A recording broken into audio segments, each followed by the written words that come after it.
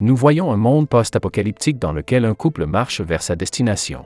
Peu après, une petite fille fait un signe de la main alors qu'un avion est sur le point de décoller. Le couple doit trouver la force d'affronter son destin imminent. Pendant ce temps, la petite fille voit qu'il commence à neiger, mais elle sombre dans le désespoir lorsque l'avion qu'elle saluait prend feu et explose sous ses yeux.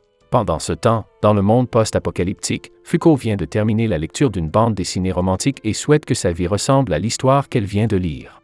Foucault déteste sa vie et voudrait y mettre fin, mais un garçon musclé lui fait remarquer qu'il est manifestement dangereux pour elle de se tenir là, près des rails. Elle lui explique qu'elle voulait juste avoir une chance de vivre une histoire d'amour passionné, mais qu'à cause d'une anomalie de son corps, cela n'arrivera jamais. La jeune fille menace l'homme de ne pas s'en prendre à elle, mais il ne semble pas la prendre au sérieux. Elle révèle que quiconque la touche contractera une maladie incurable et mourra, mais le garçon s'approche étrangement d'elle et reçoit un coup de couteau dans la poitrine. La jeune fille est choquée et l'homme lui attrape la tête en disant qu'il n'a jamais entendu parler d'une maladie mortelle transmise par le toucher. Le garçon fait remarquer que les suicides sont monnaie courante et il est excité car il se demande si le poison va lui faire du mal. L'homme est choqué lorsque le béton sous ses pieds se brise et que son corps est heurté par un train. Foucault est complètement hors d'elle et s'excuse auprès de l'étranger d'avoir condamné une autre personne pour son malheur. Cependant, la jeune fille est choquée d'entendre à nouveau la voix de l'homme et encore plus lorsque la tête du garçon se tourne vers elle. L'homme étrange et inquiétant est heureux d'avoir été décapité et réalise que la maladie incurable de la jeune fille n'était qu'une farce destinée à protéger les autres. Foucault regarde avec incrédulité le garçon reconstruire son corps. Il se dit que c'est son jour de chance car il a trouvé quelqu'un comme elle, mais elle s'enfuit et le traite de zombie. Le garçon parvient à la rattraper et lui explique qu'il est un mort-vivant, et qu'il a quelques questions sur la malchance qu'elle a mentionnée. Malheureusement, la police est en route. Il s'envole comme un jet propulsé par son sang et il se demande si elle a été impressionnée par ses capacités.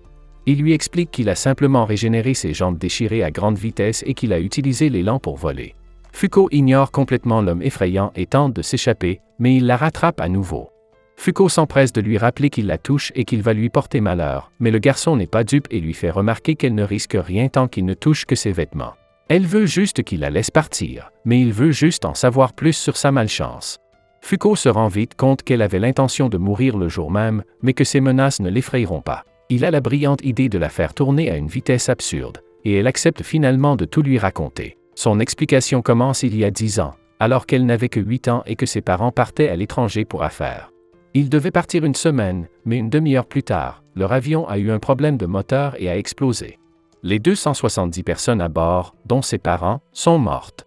C'est alors qu'elle découvre que les gens qui la touchent finissent par se faire mal, réalisant qu'elle a causé le tragique accident de ses parents. C'est pourquoi elle se couvre la peau de la tête aux pieds. Elle a du mal à parler car c'est très personnel, mais il la prend dans ses bras. Elle se demande s'il a écouté ce qu'elle lui a dit, mais il a compris que la toucher porte malheur et il a décidé de le mettre à l'épreuve. La jeune fille lui dit qu'il doit s'échapper pendant qu'il est encore temps. Mais il est trop tard. Soudain, une caisse tombant d'un avion écrase l'homme. Foucault en profite pour s'éloigner du psychopathe, mais celui-ci se régénère rapidement et n'est pas satisfait du résultat. La fille glisse sur une peau de banane et tombe de l'immeuble, tandis que le garçon se régale. Foucault n'en revient pas d'être sur le point de mourir à cause d'une banane et affirme qu'elle n'a jamais eu la chance de connaître l'amour. Son précieux manga tombe de sa poche et elle plaide pour ne pas mourir de cette façon ridicule. Elle se rend compte qu'elle n'est pas prête à mourir et c'est alors que le garçon pervers l'attrape. Il utilise son étrange capacité pour les ralentir et dit à Foucault qu'il n'est pas question qu'il la laisse mourir. Il pense avoir enfin trouvé le pouvoir qui lui permettra de mourir vraiment et de trouver enfin la paix. Il révèle qu'il sait qu'il existe une règle qu'elle a essayé de cacher. Son but est de faire ressortir le plus grand coup de malchance qu'elle a en elle, dans l'espoir de mettre enfin un terme à sa vie ridiculement longue. Il utilise son pouvoir pour voler à nouveau et déclare qu'il est temps de retourner dans sa cachette et de découvrir la capacité malheureuse de la jeune fille. Pendant ce temps, au loin, nous voyons que quelqu'un les observe. Un homme explique à quelqu'un au téléphone que l'homme étrange est en route vers sa cachette. L'homme qui asperge de sang est identifié comme étant la nouvelle race et l'agent est chargé de le capturer. Après avoir confirmé la capacité de la fille dans sa cachette, le garçon zombie découvre que le temps passé à la toucher est en corrélation avec l'ampleur de sa malchance. Il veut toucher tout le corps de la jeune fille et lui ordonne donc de se déshabiller afin de pouvoir saisir la plus grande surface possible. De quelle surface parle-t-il? La jeune fille s'enfuit et lui demande de renoncer à ses expériences. Il lui dit que c'est de sa faute si elle ne lui a pas expliqué comment fonctionne sa malchance et il se lance à sa poursuite. Malheureusement, la jeune fille se prend les pieds dans un clou et perd son chapeau et sa veste. L'homme fait une blague sur les cheveux de réponse, mais celles-ci fond en larmes car elle n'arrive pas à croire que quelqu'un a vu ses cheveux étrangement longs et elle explique que personne ne peut les couper car n'importe quel coiffeur mourrait en les touchant. Le garçon Ombi pense qu'il est capable de résoudre tous les problèmes, il prend ses ciseaux et commence à couper, mais elle lui rappelle qu'il mourra en la touchant à cause de toute la malchance qu'il a accumulée. Mais il lui explique quand même qu'il est un mort-vivant, heureusement pour elle. L'homme était coiffeur il y a longtemps et la fille est satisfaite du résultat. Elle le remercie et l'homme lui fait remarquer qu'il l'a touché pendant 15 minutes d'affilée et qu'il s'attend à ce que le prochain coup de malchance soit drôle. Soudain, la tête de l'homme est coupée et l'officier remercie Fuko d'avoir laissé tomber les morts-vivants. Il déclare qu'ils devront contenir le mort-vivant dans une capsule spéciale pour l'emmener.